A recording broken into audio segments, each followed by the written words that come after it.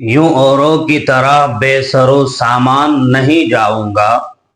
यूं औरों की तरह बेसरो सामान नहीं जाऊंगा। मैं छोड़कर अपनी जमीन अपना मकान नहीं जाऊंगा। और मेरी मौतो हयात वाबस्ता है इसी मिट्टी से। मेरी मौतो हयात वाबस्ता है इसी मिट्टी से। मर जाऊंगा मगर छोड़कर हिंदुस्तान नहीं जाऊंगा। अस्सलामु अलैकुम वरहमतुल्लाहि वबरकातुहू।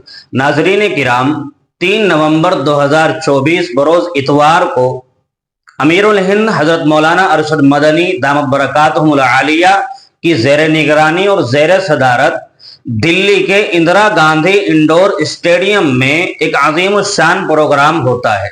जमीयत उलमा का एक अजीम शान प्रोग्राम होता है जिसका उन्वान दिया जाता है तहफ़्फ़ुज़ आइन कॉन्फ्रेंस, यानी दस्तूर और मुल्क हिंदुस्तान के संविधान और कॉन्स्टिट्यूशन को बचाने के लिए लोगों को इकट्ठा किया गया ताकि वो आवाज बुलंद कर सके और हिंदुस्तान के अंदर होने वाले मजालिम पर रोक लगाई जा सकती है और कानून की बालादस्ती को यकीनी बनाया जा सकता हो। इस प्रोग्राम के अंदर भीड़ भी काफी देखने को मिली और बहुत सारी तकरीरें भी हुई, लेकिन इस प्रोग्राम का फायदा क्या हुआ? कोई बताएगा कि इस प्रोग्राम का फायदा क्या हुआ है? अगर कोई हमसे सवाल करता है तो हमारा जवाब होता है कि कुछ तो होगा, कुछ तो बात आगे को बढ़ेगी, कुछ तो होगा। जब हिंदुस्तान के अंदर मुसलमानों पर इतना जुल्म हो रहा है तो उसके लिए आवाज उठाने वाली कोई जमात खड़ी हुई है, उसके कुछ करने से कुछ तो होगा। हमारा जवाब ये होता है। लेकिन मेरे मोहतरम, क्या इस जवाब को देकर के हम अपना पल्ला और दामन छुड़ा सकते हैं? क्या इस जवाब को देकर के हम खुद भी मुतमईन हैं? क्या हमारा दिल भी गवाही देता है कि हाँ वाक़िअतन हालात तब्दील हो जाएंगे? नहीं मेरे मोहतरम, एक काम को, एक मिशन को, एक मकसद को तहरीक की शक्ल देनी होती है। जब तक एक मिशन को, एक काम को तहरीक की शक्ल नहीं दी जाएगी और हर फर्द को, जो भी उस तहरीक से जुड़ा हुआ है, हर फर्द को उसके तमाम आज़ा और जवारह के जरिए से उस तहरीक को अमल में लाने की और उसको आगे बढ़ाने की तालीम और तलकीन नहीं की जाएगी तो मेरे मोहतरम वो तहरीक कामयाब और बामुराद नहीं हो सकती है। जी हाँ, किसी भी तहरीक और किसी भी मिशन को कामयाब करने के लिए, बामुराद करने के लिए उसके तमाम पहलुओं पर गौर किया जाता है, तमाम पहलुओं को जांचा और परखा जाता है।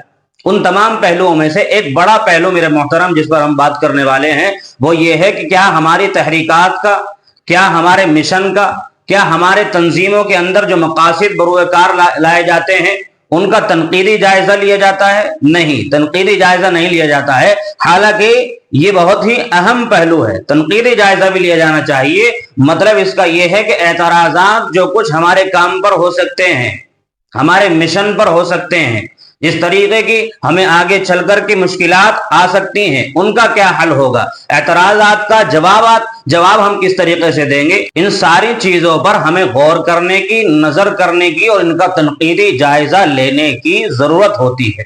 तब जाकर के एक तहरीक और एक मिशन बाकायदगी से कामयाब और बामुराद होता है। यही हाल हुआ है 3 नवंबर को होने वाले इस प्रोग्राम का। तनकीदी जायजा नहीं लिया गया, जो मकासिद थे और बल्कि जो टाइटल और जो उन्वान प्रोग्राम का दिया गया था उसी पर सही तरीके से बातचीत नहीं हुई है।